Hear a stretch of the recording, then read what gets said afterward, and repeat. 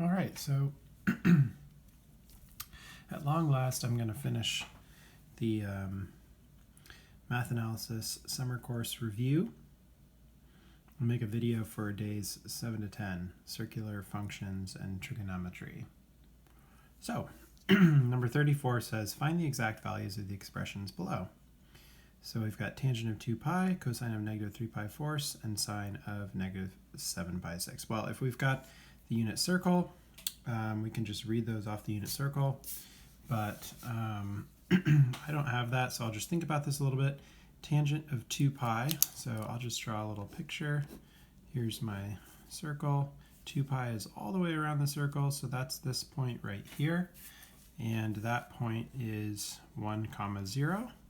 So that's x comma y. So remember, tangent is y divided by x. It's also the slope of the line connecting the origin and that point, which is 0. Cosine of negative 3 pi fourths. So negative 3 pi fourths, we are now going the opposite direction, so clockwise from here. And let's see, if we went negative pi, that'd be 4 pi fourths. So negative 3 pi fourths is right here. And you can see that the cosine value is going to be negative because the x value is negative. And for pi fourths, it's root 2 over 2. So that's going to be negative root 2 over 2. And for negative 7 pi sixths, we're going to go this direction again, clockwise. 6 pi 6 would be pi, but we're going to go 7, which is one more. So that's right about there. That's coming around like so. So the sine value is going to be positive, and for 7 pi 6, that's the shorter one. That's going to be 1/2. Of course, that's coming from these triangles, root 2 over 2, root 2 over 2, and 1. That's the pi fourths triangle. And then you have this triangle, 1/2, root 3 over 2, and 1, and this is the pi thirds, pi sixths triangle. So those are kind of helpful to have memorized if you can. All right, given that sine of 4 pi fifths is a, find the following in terms of a. Okay, is a positive or negative? Justify your answer. All right, well, let's justify our answer with a picture. So here's the unit circle, has a radius of 1. 4 pi fifths is 1/5 less than pi, which is 5 pi fifths. So it's right about here. So here, I would say the y value is positive. And since sine is the y value on the unit circle, I'm going to say that this is positive. Sine of negative 4 pi fifths. All right, well, sine of negative 4 pi fifths, if this is 4 pi fifths, then negative 4 pi fifths goes the other way. Should be there. So if this y value is a, then this y value needs to be negative a. 6 pi fifths. All right, well, how does 6 pi fifths relate to 4 pi fifths? Well, it's 2 pi fifths more. So let's see here. So 4 pi fifths is 1/5 less than pi, and 6 pi fifths is 1/5 more, right? So if this is 5 pi fifths, which is pi, then here's 4 pi fifths, and here's 6 pi fifths. So you can see that they're symmetric across this line here. So if this is a, again, this should be negative a. Now also, 6 pi fifths and negative 4 pi fifths are coterminal. And they're coterminal because they end in the same place. And of course, if we add their absolute values, we would get 10 pi fifths, which is 2 pi. So they can complete a full circle, right? 6 pi fifths looks like that, and negative 4 pi fifths looks like that. Cool. So this is also negative a. Cosine of 4 pi fifths. Well, in order to find that, we need to use the Pythagorean identity. The Pythagorean identity says that sine squared, so I'm going to write a squared because we know that sine of 4 pi fifths is a, plus cosine squared of 4 pi fifths is equal to 1. And that just comes from the Pythagorean equation. So cosine squared of 4 pi fifths is equal to 1 minus a squared. And I'll just think here, 4 pi fifths here, my cosine value should be negative. So when I take a square root, I'm going to choose the negative. So of course, cosine of 4 pi fifths is equal to negative square root 1 minus a squared. And I'm choosing negative because I know that the x value is negative. So I end up with that. Now, of course, I cannot take the square root across this addition here. So I just have to stop. So this is negative a, this is negative a, and this is negative square root 1 minus a squared. All right, let's take a look at 36. It says solve for x exactly. Cosine x equals negative 1/2. For 0 is less than x is less than 2 pi, so 1 full cycle. Justify your answer with a graph of y equals cosine x. Well, let's graph cosine x first. Cosine x starts at 1, by pi halves it's at 0, by pi it's at negative 1, by 3 pi halves it's at 0, and by 2 pi it is back at 1. So cosine looks like this. And we want to know where it's equal to negative 1/2. Well, here's negative 1. Looks like there's 3 values, so it would be right in the middle right here. Or 3 tick marks, rather. So that line right there is y equals negative 1/2. And where they cross should be the solutions on this interval.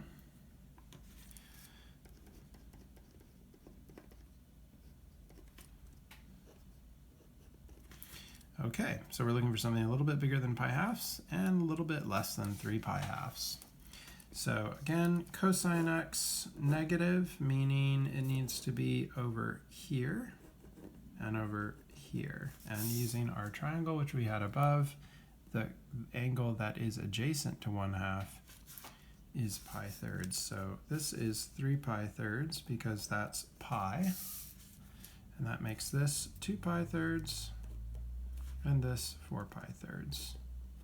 And that makes sense with this. So this right here would be 2 pi thirds, 1 pi third, 2 pi thirds, 3 pi thirds.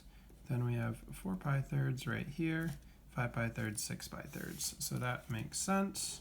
X is equal to 2 pi thirds or x is equal to 4 pi thirds. Those are the solutions to that equation. All right, so that takes care of page 1. Let's turn the page and see what we find. Well, we find number 37. It says cosine theta equals negative 1/5 and pi is less than theta is less than 3 pi halves. So I kind of need a visualization myself. That's basically telling us that we are in the third quadrant, quadrant 3. Because this is pi and this is 3 pi halves. So it makes sense that cosine is negative because the x value is negative. Sine will also be less than 0. And tangent will be greater than 0 because the slope here would be positive. But we may not need any of that because it looks like we're dealing with some different angles anyways. So let's draw theta. And negative 1/5 is pretty small, so let's say theta is about here, right? I want my x value to be reasonably small. So that's theta. So what happens when we add pi to theta? Well, pi is 180 degrees. So that is theta plus pi. So there's theta, and then plus pi brings me up here. Well, you can see that the x values are the same in magnitude, but they're opposite signs. This is negative. This is positive. So cosine of theta plus pi is positive 1/5. How about cosine of pi halves minus theta? Okay, well, that's going to be a little tricky. Let's see here. So we know again that theta is here. And now we want to do pi halves minus that whole thing. Well, let's look at theta minus pi halves and then do the opposite of that. So theta minus pi halves would mean we need to subtract 90 degrees from that, or a right angle from that, and that would be theta minus pi halves. We don't want theta minus pi halves, we want pi halves minus theta, but those are opposites. So if this is theta minus pi halves, then this right here would be pi halves minus theta. There's probably an easier way to do that, but that's how I thought of it. So it looks like the x value here, my guess, the x value here is the y value here.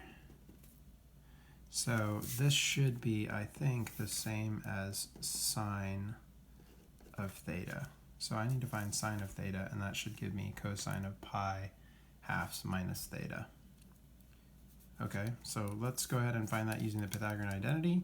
We know that sine squared theta plus cosine squared theta, which is 1/25, equals 1. So that means sine squared theta is equal to 1 minus 1/25, which is 24/25. So sine would be plus or minus. Now sine theta here is negative because the y value is negative. So I'm going to say negative root 24 over root 25. Root 25 is 5. So that would be sine theta. And I think that that is also equal to cosine pi halves minus theta, if I've done my little drawing correctly. And the last one we want to do is tangent of negative theta. So again, here's theta. So negative theta is here, right? Theta goes that way. Or wait, theta goes that way, and negative theta goes that way. Yeah. So it looks like it's the opposite of tangent of theta. So it's going to be equal to negative tangent theta. And tangent is sine over cosine, so that's going to be negative root 24 over 5 divided by negative 1/5, which is positive 5's divide root 24. But since this is the opposite, this should be another negative. So I think that is going to be negative root 24. A little bit of a challenging problem, but I think we figured it out. Of course, we could write this as negative root 4 root 6, which is negative 2 root 6. So that might be a nicer way to write it. All right, let's take a look at 38. Sine theta equals W, and theta is in the second quadrant. Okay, so we've got theta right here in the second quadrant. Find the following values in terms of W for each part. Create a sketch of the unit circle with points to support your answer. So pi minus theta. All right, so here's theta.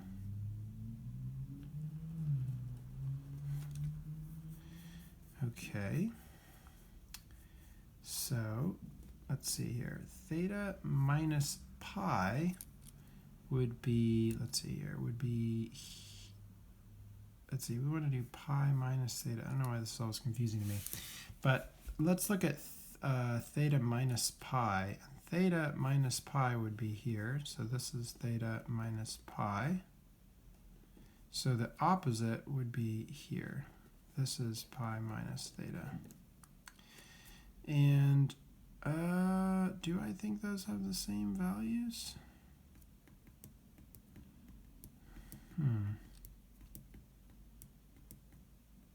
Yeah, I think so. So then this would also be W. I'm trying to make sure I think those have the same value. Yeah, I think that they do. Pi halves minus theta. Well, theta is here. So theta minus pi halves would be a 90-degree off of that here. So this is theta minus pi halves, but we want the opposite of that, pi halves minus theta, which is here. Now, do I think these have the same y value? I think no. I think that my drawing's not great, but if it were, I think if this is theta, that pi minus theta, or theta minus pi halves rather, that the y value here is equal to the x value here. So I think that sine of pi halves minus theta, which is down here, this value right here is the x value here. So we need to find cosine of theta. And cosine of theta squared plus w squared equals 1. So therefore cosine squared theta equals 1 minus w squared. So cosine theta, which is negative, should equal negative square root 1 minus w squared. So I think that that is the same as sine of pi halves minus theta. Kind of doing this quickly, but I think that that's true. Okay, 39. Given cosine, find tangent. Well, in order to find tangent, I need to find sine. So sine of 11 pi 13ths squared plus k squared equals 1. And that means that sine squared of 11 pi 13ths is equal to 1 minus k squared, and therefore sine of 11 pi 13ths is equal to the square root plus or minus of 1 minus k squared. Now, it doesn't look like they told us which quadrant, but I should be able to figure that out knowing what I know about 11 pi 13ths, which is that it's right here. So it should be plus root 1 minus k squared, and I'm expecting positive, and I'm expecting k must be negative, so then tangent's going to be negative.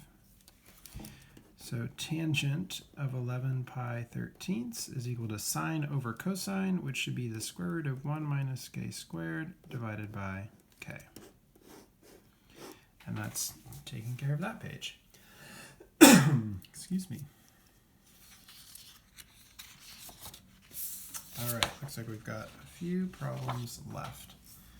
So here is number 40. You are on board a submarine submerged in the Pacific Ocean at time t equals 0. You make contact with an enemy destroyer. I'm wondering if I'm going to need a calculator here. We'll see. The trigonomer,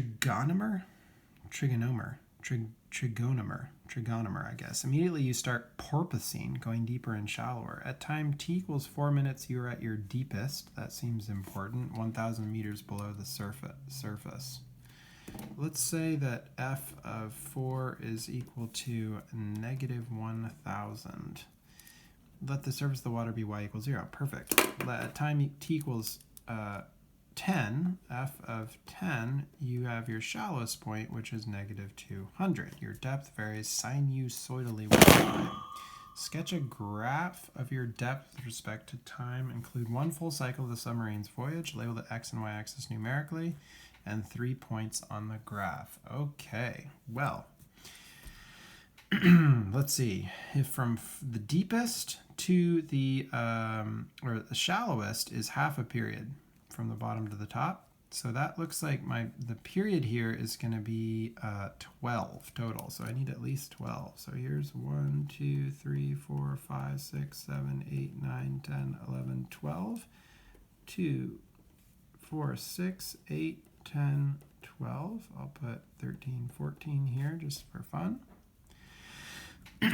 Looks like I need to go down to negative 1,000 and up to negative 200. Maybe if I could count by 200s or maybe 100s. So negative 100, negative 2, 3, 4, 5, 6, 7, 8, 9, negative 1,000. Here's negative 1,000.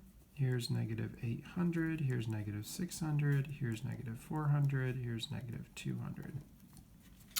So that should be a good way for me to represent this. Now I know f of 4 is negative 1,000. I'm down at the minimum here at 4.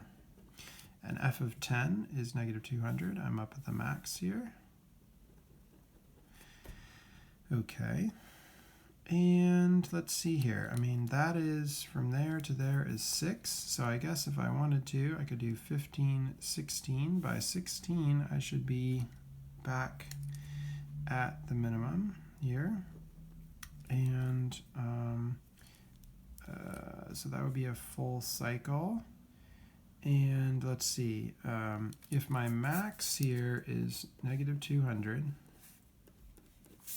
and my min is negative 1,000, then my midline needs to be halfway in between. And halfway in between negative 1,000 and negative 200 is negative 600, I think.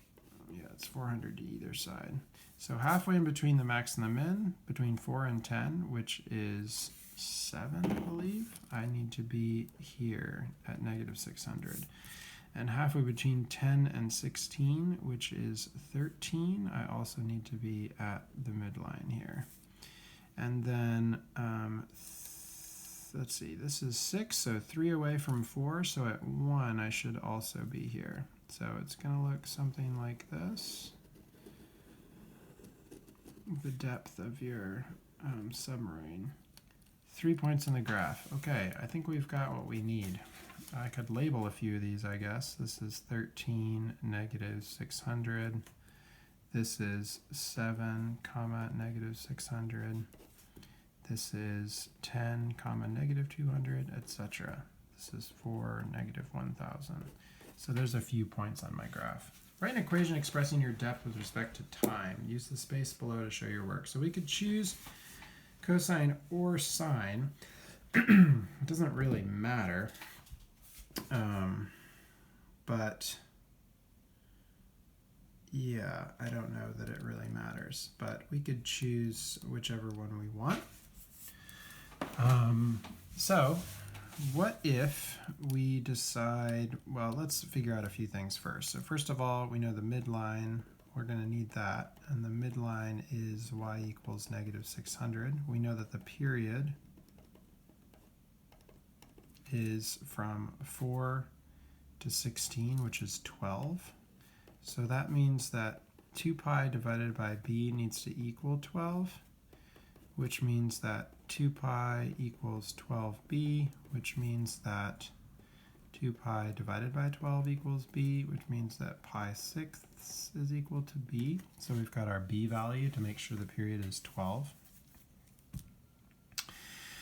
Now the amplitude should be the max plus the min divided by 2, and that amplitude is basically from negative 600 to negative 200, which is 400. And the only other thing we need to consider is the phase shift. So we have to decide where we're going to start this thing.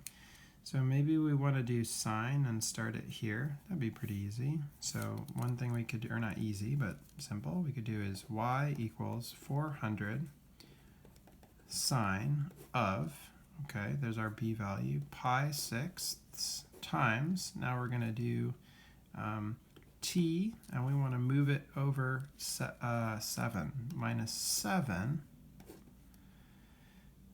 minus 600. So I think that that is one way to write this equation where it's a sine function that starts at 7. Obviously there's some other ways to do it, but that seems to make sense. C says, when you are more than 600 meters below the surface, your trigonometry forces are at their strongest and you are safe from harm from the trigonomer. During the first 25 minutes of this adventure, over what time intervals were you safe? So we want to know, when was it less than 600 meters during the first 25 minutes? So we would need to set it equal to 600. So 600 equals 400 sine of pi 6 times t minus 7 minus 600. Add 600, you get 1200. Divided by 400, you get 3. Wait, something's wrong here. Oh, this should be negative 600. Add 600, you get 0 equals sine of pi 6 times t minus 7. So what makes sine 0? Well, what makes sine 0 is 0. So either 0 equals pi 6 times t minus 7, or pi, or 2 pi. So if we solve this, we're going to multiply by pi 6, and that will still give me 0 equals t minus 7. So t equals 7 is one place that it crosses negative 600. Multiplying by pi 6, I'm going to get 6 equals t minus 7. So 7 plus 6, 13 equals t. Multiplying by pi 6, I am going to get 12 equals t minus 7. Adding 7, I get 19 equals t. And of course, to these, I could add the period, and remember that the period is 12. So 7 minus 12 is out of the range. 13 minus 12 is not out of the range, so t equals 1 is another solution. That's right here. That's right there. 19 minus 12 is 7, which we already have. We can add 12 to these. 7 plus 12 is 19. 13 plus 12 is 25. So t equals 25. So when are we below? During the first 25, over what time intervals were you safe? We would say 1 is less than t is less than 7. That's this region right here. And also 19 is less than t is less than 25. So those are the time intervals where you're beneath 600 feet and therefore safe. All right, let's take a look at the last page here. The graph of a trigonometric function is shown below. Write an equation that models this graph. All right, well, we need to find a few things. So first of all, the max is 4. The min is negative 12. So halfway between negative 12 and 4 is negative 8 divided by 2, which is negative 4. So that means our midline is at negative 4. Okay, so our amplitude, so we know our midline is y equals negative 4. We know our amplitude is 4. Okay, that's good. Now another thing to find would be the period. So we could find from a maximum to a maximum, and it looks like that is going from 5 to 11. So the period is 11 minus 5, which is 6.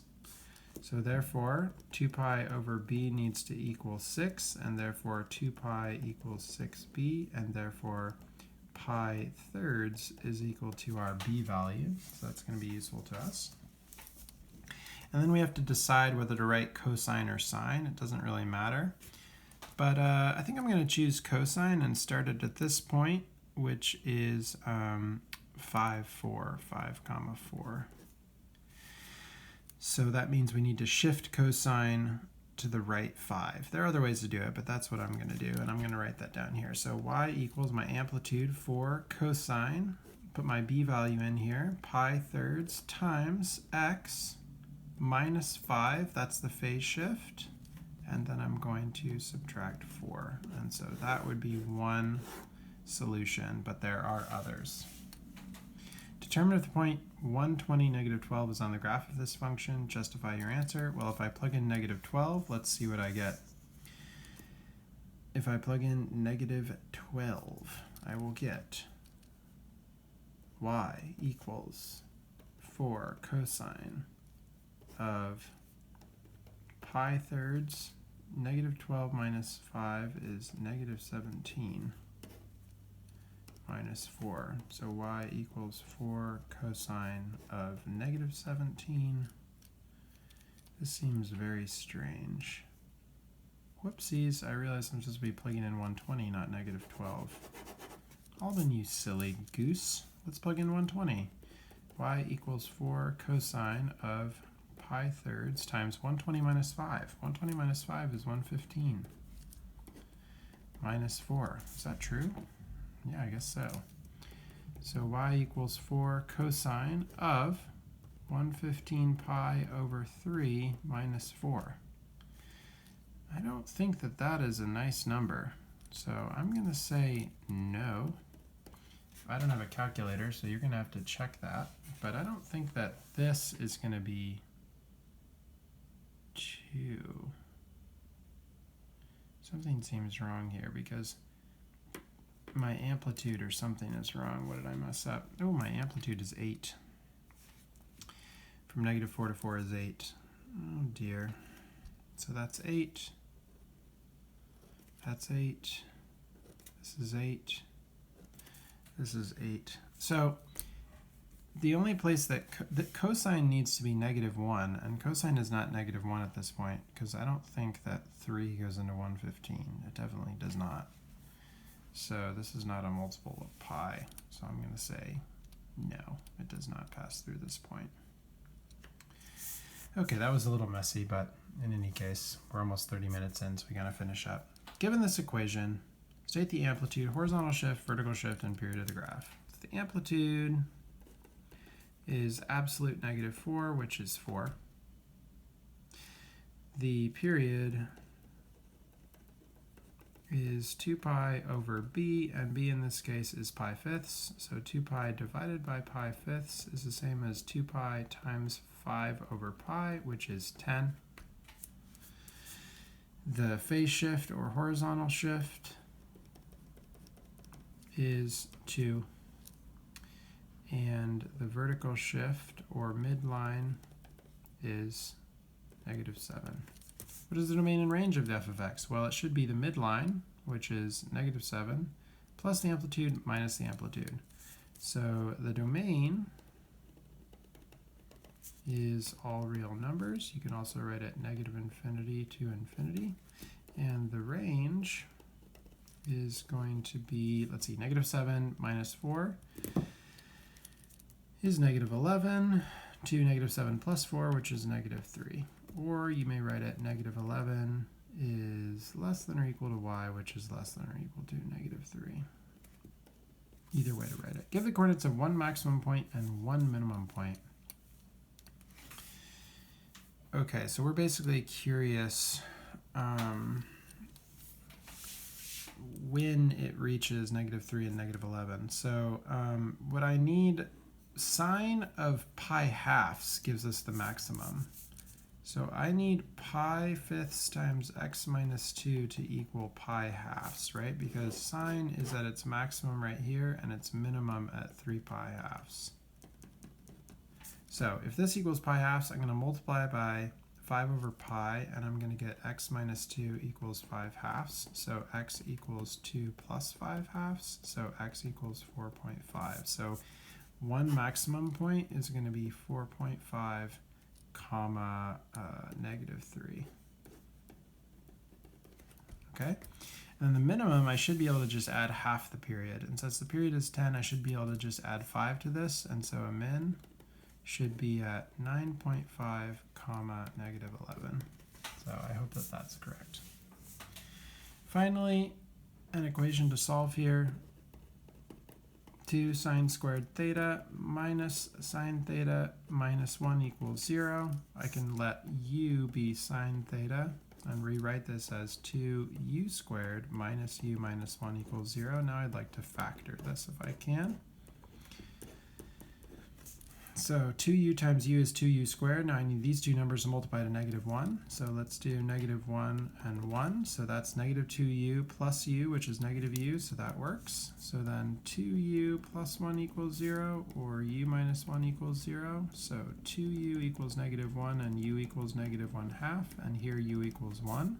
So we need sine theta, because sine theta is u, to equal -1/2, or sine theta to equal 1.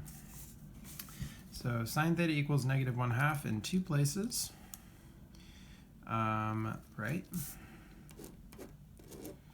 Right there and right there. That's 7 pi 6 and 11 pi 6.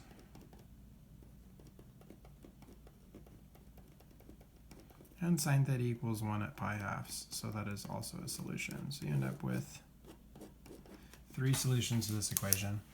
So that was a bit quick and also took a long time, but hopefully that's helpful as you are reviewing some trigonometry. Maybe you found some mistakes of mine, let me know.